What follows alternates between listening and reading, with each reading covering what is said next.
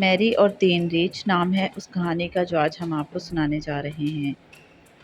میری سنہری بالوں والی ایک چھوٹی سی لڑکی تھی۔ وہ اپنے ماں باپ کے ساتھ جنگل کے قریب ہی رہتی تھی اور اسے جنگل کی سیر کرنے کا بہت شوق تھا۔ وہاں اسے عجیب عجیب پھول، پودے، جانور اور پرندے نظر آتے تھے۔ اس کا دل چاہتا تھا کہ جنگل کے اندر دور تک چلتی چلی جائے، لیکن اس کی امی اسے ایسا کرنے سے منع کرتی تھیں۔ وہ اسے سمجھاتی تھی کہ جنگل میں خطرناک جانور بھی ہوتے ہیں، اس لیے بچوں کو اکیلے وہاں نہیں جانا چاہیے۔ ایک روز میری کی امی گھر کی صفائی کر رہی تھیں۔ انہوں نے اسے باہر لان میں جا کر کھیلنے کو کہا۔ میری شریر لڑکی تھی، وہ چپکے سے جنگل کی طرف نکل گئی۔ اس نے سوچا کہ ابھی واپس آ جاؤں گی اور امی کو پتہ بھی نہیں چلے گا۔ چلتے چلتے وہ دور نکل گئی۔ اسے یہ خیال ہی نہ رہا کہ اسے جلدی واپس جانا تھا۔ کچھ دیر بعد گھنا جنگل شروع ہو گیا۔ یہاں اتنے گھنے اور بڑے درخت تھے کہ سورج کی روشنی بھی زمین تک نہیں پہنچ رہی تھی۔ اچانک میری کی نظر ایک انتہائی بڑے درخت کے تنے میں لگے ہوئے دروازے پر پڑی۔ اسے بھوک اور پیاس محسوس ہو رہی تھی، اس لیے وہ دروازے کو کھول کر اندر داخل ہو گئی۔ یہ دراصل تین ریچھوں کا گھر تھا، بابا ریچھ، ماما ریچھ اور بیبی ریچھ۔ وہ تینوں سیر کرنے کے لیے کچھ ہی دیر پہلے باہر نکلے تھے۔ ان کا خیال تھا کہ واپسی تک ان کا دلیا کچھ ٹھنڈا ہو جائے گا۔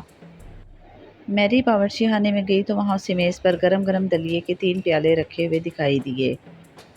اس نے سب سے بڑے پیالے میں سے دلیا چکھ کر دیکھا، لیکن وہ بہت زیادہ نمکین تھا۔ پھر اس نے درمیانے سائز کے پیالے میں سے دلیے کا ایک چمچہ کھایا، لیکن وہ حد سے زیادہ میٹھا نکلا۔ اس نے اس پیالے کو بھی واپس رکھ دیا اور سب سے چھوٹے پیالے میں سے دلیا چکھا۔ اس دلیے کا ذائقہ اسے بہت مزیدار لگا اور وہ یہ سارا دلیا کھا گئی۔ اب میری ساتھ والے کمرے میں گئی، یہاں 3 کرسیاں پڑی تھیں۔ اس نے سوچا کہ کچھ دیر بیٹھ کر اپنی تھکن دور کر لے۔ سب سے پہلے وہ سب سے بڑی کرسی پر بیٹھی، لیکن وہ اس کے لیے بہت بڑی تھی۔ پھر اس نے درمیانے سائز کی کرسی پر بیٹھ کر دیکھا، لیکن وہ اس سے بہت سخت محسوس ہوئی۔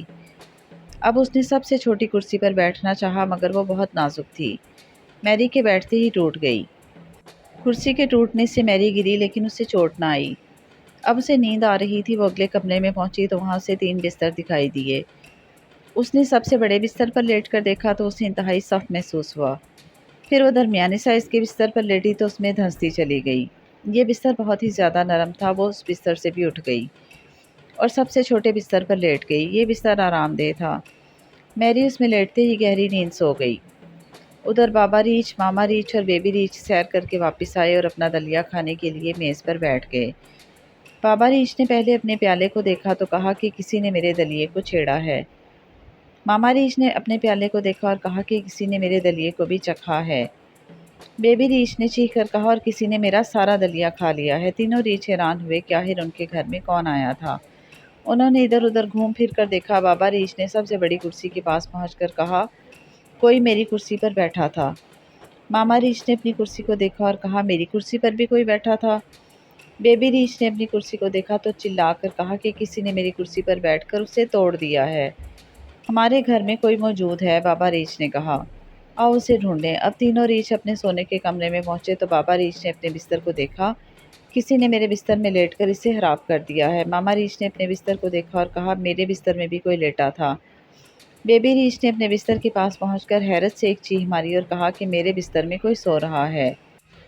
بابا ریچھ اور ماما ریچھ دوڑ کر اس کے پاس پہنچے۔ بیبی ریچھ کی چیخ سے میری کی آنکھ کھل گئی تھی۔ اس نے جب اپنے سامنے 3 ریچھوں کو دیکھا تو بری طرح ڈر گئی۔ وہ اچھل کر بستر سے نکلی اور دوڑتی ہوئی ریچھوں کے گھر سے باہر نکل گئی۔ تینوں ریچھ حیران کھڑے اسے دیکھتے ہی رہ گئے۔ میری اتنا تیز بھاگی کہ تھوڑی ہی دیر میں جنگل سے باہر نکل آئی۔ سامنے ہی اسے اپنی امی آتی ہوئی نظر آئیں۔ وہ پریشان ہو کر اسے ڈھونڈ رہی تھیں۔ میری نے ان سے وعدہ کیا کہ وہ آئندہ جنگل میں اکیلی کہیں نہیں جائے گی۔ اور بچوں، یہ کہانی یہیں ختم ہوئی۔ آپ جلدی سے ہماری اس ویڈیو کو لائک اور شیئر کر دیں اور ہمارے چینل کو بھی سبسکرائب کرنا مت بھولیں۔ اللہ حافظ۔